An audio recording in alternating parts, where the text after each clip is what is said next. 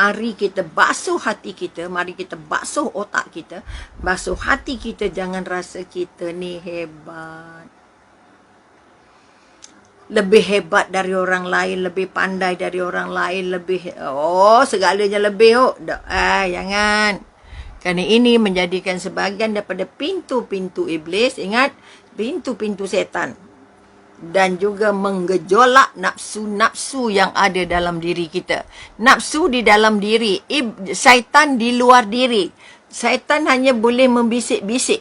Tetapi nafsu akan menjadi pendorong paling penting.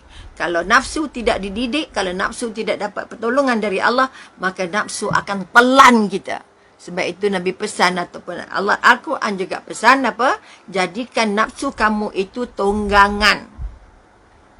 Bila kuda tonggangan, kamu yang mengurusnya. Jangan kamu ditonggang nafsu. Okay? Maksud naik atas kita, olah kita, kamu nak apa. Ini yang hancur. Maka datanglah umpatan-umpatan, terutama mereka yang merasa dia lebih hebat, dia lebih pandai, dia lebih segalanya, tapi dia tak dapat apa yang dia harapkan. Kita nak bangun balik kekuatan bahawa kita tak nak jadi orang yang rasa lebih 1 inci pun dengan orang. Walaupun ada nama, walaupun ada gelaran, walaupun ada sijil, walaupun ada macam-macam. Tapi kita belum tahu diterima Allah sebagai baik ataupun sebagai sebaliknya. Sebab itu penerimaan Allah itu akan membimbing kita. Allah bimbing orang yang Allah pilih. Kalau Allah bagi ilmu, kalau Allah bagi jawatan, Allah bagi pangkat, Allah bagi harta, Allah nak tengok. Kamu dekat dengan aku ke kamu jauh dengan aku? Jangan ada rasa 1 inci ekstra dari orang lain. Kerana itu iblis akan masuk, nafsu akan jadi besar dan akhirnya nafsu akan jadi pemerintah. Sebab itu kalau kita bandingkan nafsu dengan akal, nafsu akan lemah kalau nafsu akan lemah kalau akal dan imannya kuat. Tetapi kalau iman dan akalnya tak kuat, maka nafsu akan jadi raja. Akan menentukan segala tindakan kita. Ini masalah besar kita. Maka sekali lagi tolong semak diri. Aku diperintah nafsu atau aku yang memerintah nafsu. Okay? Sebab nafsu kebanyakannya. Tapi ada 3-4 jenis nafsu. Ada amarah, ada lawamah, ada mutmainnah. Maka ada nafsu yang meragam, ada nafsu yang baik. Jadi kalau kita katakan nafsu yang baik itu nafsu yang membawa kita untuk dekat dengan Allah, tak lawan Allah, tinggalkan apa yang Allah larang. Tapi nafsu yang jahat dia ajak kita jauh dari Allah.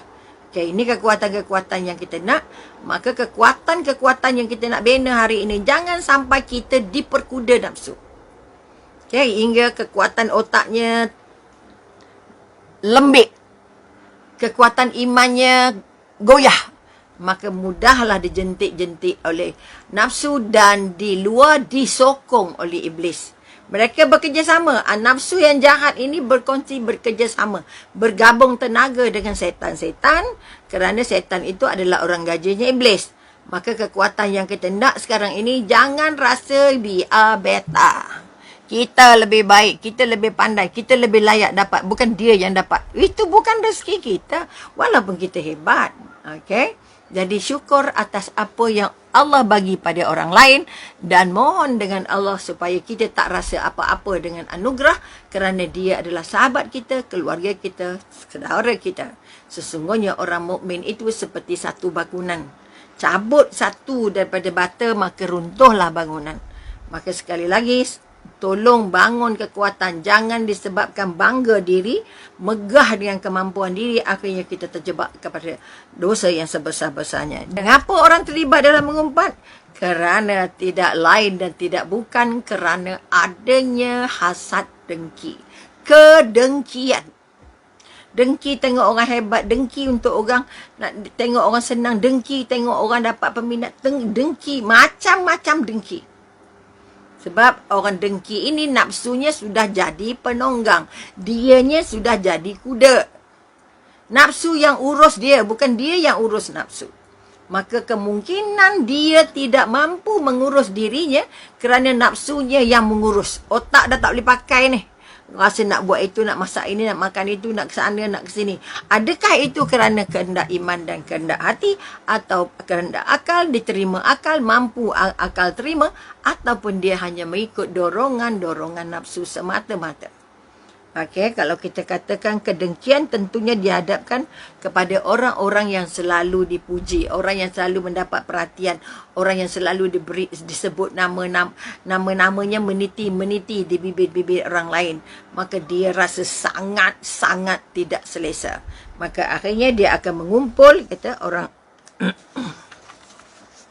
mengumpul segala cerita sama ada direka atau yang betul atau tidak betul. Sebab itu mengumpat yang betul salah, tak betul pun salah. Okay, yang betul saja salah, yang tak betul lagi salah. Oleh itu sekali lagi mari kita bersama-sama tolong bangun kekuatan, tolong bersihkan hati. Tak dengki dengan apa orang ada, tak dengki apa yang orang dapat, tak dengki dengan rumah orang, tak dengki dengan duit orang, tak dengki dengan apa pun kelebihan-kelebihan orang. Kerana setiap manusia memang Allah sudah bagikan kelebihan. Setiap orang Allah beri kelebihan dan Allah beri kekurangan. Sebab itu Allah kata dalam surah Asyam, aku ilhamkan ketakwaan, aku ilhamkan kefasikan. Kamu pilih, kamu nak jadi orang bertakwa ataupun nak jadi orang fasik. Jadi kalau kita kata terus berada dalam kedengkian, maka bermakna kita sedang menempah tiket untuk ke neraka. Na'udzubillah min zalik. Orang yang kadang-kadang mengumpat dalam bentuk bercengkerama. Kita sebut nama orang, kita sebut kerana kononnya lawak-lawak, okay? Jalannya macam ini, pakaiannya macam ini, tubuhnya macam ini, mukanya macam ini. Itu pun letih juga kita. Okay? Kita tak nak, kalau boleh kita cerita pasal orang, kita katalah kalau orang tu tempang, kita pun berjalan bertempang juga, nak tunjuk supaya orang lain boleh ketawa. Itu pun masalah juga. Okay, kita tiru suaranya, kita tiru cara jalannya yang membuat orang lain ketawa sedangkan kita sedang mengumpat orang itu. Okay, katalah contohnya kita mengumpat siapa, kita tengok cara bercakap dia begini-begini, cara berjalannya begini-begini, yang membuat orang ketawa tapi dia sedang menempah dosa sebanyak-banyaknya.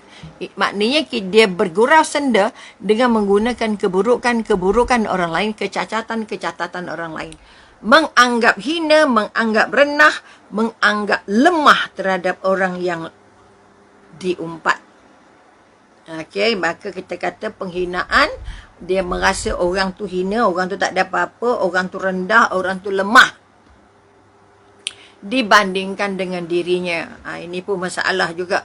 Maka sekali lagi penghinaan begini. Tujuan perbuatan itu ialah kerana perasaan bongkak. Okey. Sifat tinggi diri yang tidak terbatas serta ingin menganggap orang yang dicemuh itu bodoh. Orang yang dicemuh itu rendah. Orang yang dicemuh itu tidak berilmu. Orang yang dicemuh itu tidak beradab. Berbagai-bagai lagi yang menyebabkan ataupun yang kita katakan yang boleh membawa kepada penghinaan. Merendahkan, membodohkan, menghinakan, menjatuhkan. Sebab itu sekali lagi mari kita bersihkan diri kita sekali lagi. Jangan ada penyakit-penyakit nafsu-nafsu yang lawamah ini, nafsu jahat ini yang boleh menyesatkan kita dan bukan saja di dunia malah nanti dengan Allah nak jawab apa.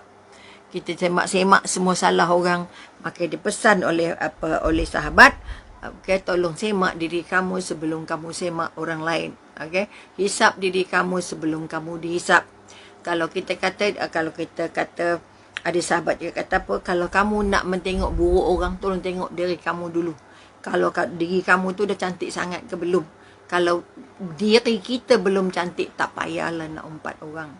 Jadi mudah-mudahan bagaimana kita nak menjaga supaya kita tak terjebak, maka hilangkan dengki, hilangkan marah, hilangkan hasad, hilangkan apa yang dikatakan penghinaan.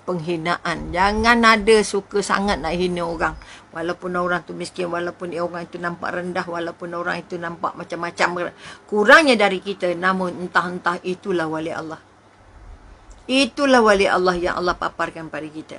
Jadi sekali lagi belajar untuk merasa diri ini tak ada apa-apanya jika tidak dapat pertolongan dari Allah, jika tidak dapat bimbingan dari Allah, dan kita akan sesat larat kalau kita tidak dibenarkan mendapat bimbingan dan petunjuk dari Allah. Sebab itu setiap hari mesti berdoa, ya Allah Tuhanku, Engkau ya Hadi, yang maha memberi petunjuk. Bimbing aku ya Allah, masukkan aku di bawah petunjuk-Mu ya Allah, supaya aku terhindar dari melakukan apa yang tidak Engkau redai. Ini kekuatan-kekuatan yang kita nak bangun pada petang ini. Mudah-mudahan kita menjadi seorang hamba Allah yang senang dengan orang lain. Kita berdoa tentang kebaikan orang lain. Kita berdoa supaya Allah beri hidayah pada kita untuk terus bertaubat dan mendoakan orang-orang yang terlibat supaya mereka mampu kembali ke jalan yang lurus.